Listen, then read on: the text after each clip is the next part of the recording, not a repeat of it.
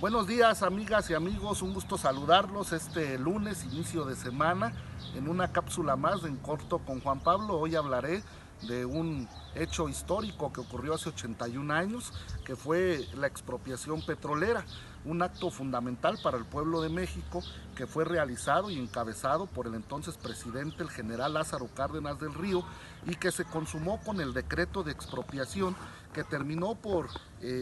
nacionalizar toda la industria petrolera en cuanto a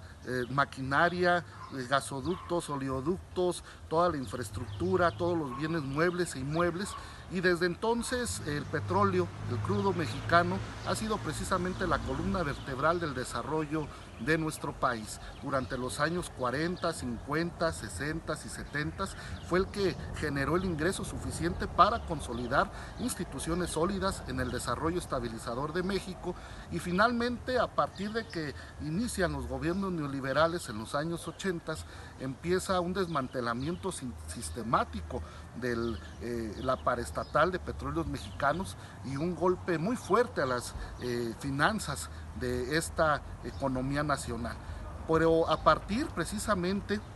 de la injerencia de organismos internacionales como el Fondo Monetario Internacional, que condicionaba préstamos y sigue condicionando préstamos a partir de hipotecar prácticamente el petróleo de México, o a partir de herramientas de comercio internacional como el Tratado de Libre Comercio, que también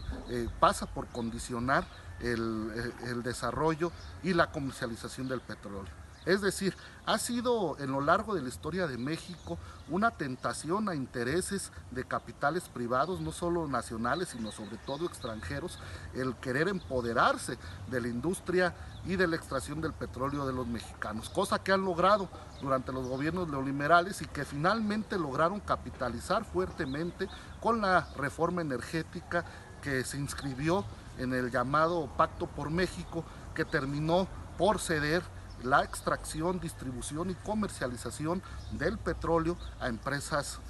privadas, sobre todo extranjeras. Hoy la realidad de México con un presidente con otra visión es otra. Hoy tenemos un Andrés Manuel López Obrador dispuesto a volver a recuperar el activo mexicano que es Pemex y el petróleo mexicano, y ya dio muestras de eso de entrada al atacar el huachicol, que era una actividad que generaba una pérdida millonaria para los mexicanos durante muchas décadas y que hasta hoy se atacó, pero además revisando los contratos que hay en Pemex y sobre todo atacando la corrupción al interior de Petróleos Mexicanos, que ha sido una de las debilidades que ha permitido que se justifique la desmantelación de esta paraestatal mexicana, no solo en los directivos, sino en los sindicatos y también en los contratos que se generan con particulares. Hoy tenemos un presidente de la República que quiere emular a Lázaro Cárdenas del Río y, guardando sus proporciones,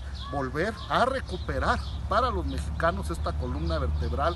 de desarrollo económico que es el petróleo mexicano, haciendo refinerías, haciendo que las que hoy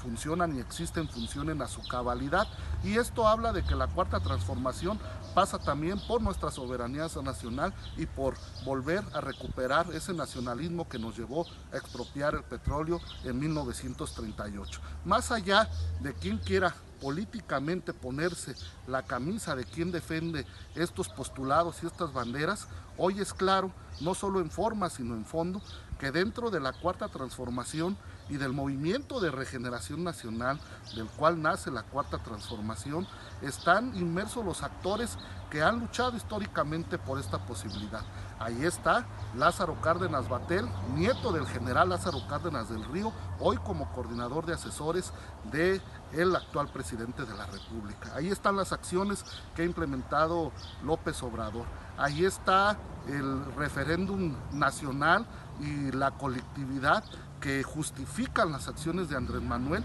y que nuevamente, como con el general Lázaro Cárdenas del Río, hay un apoyo total a las acciones del actual presidente para que se recupere a su totalidad la funcionalidad de Pemex. Hoy más que nunca debemos inscribirnos en la cuarta transformación y dejar de lado a aquellos que se quieren poner camisas que ya no les quedan, que perdieron, banderas que perdieron porque decidieron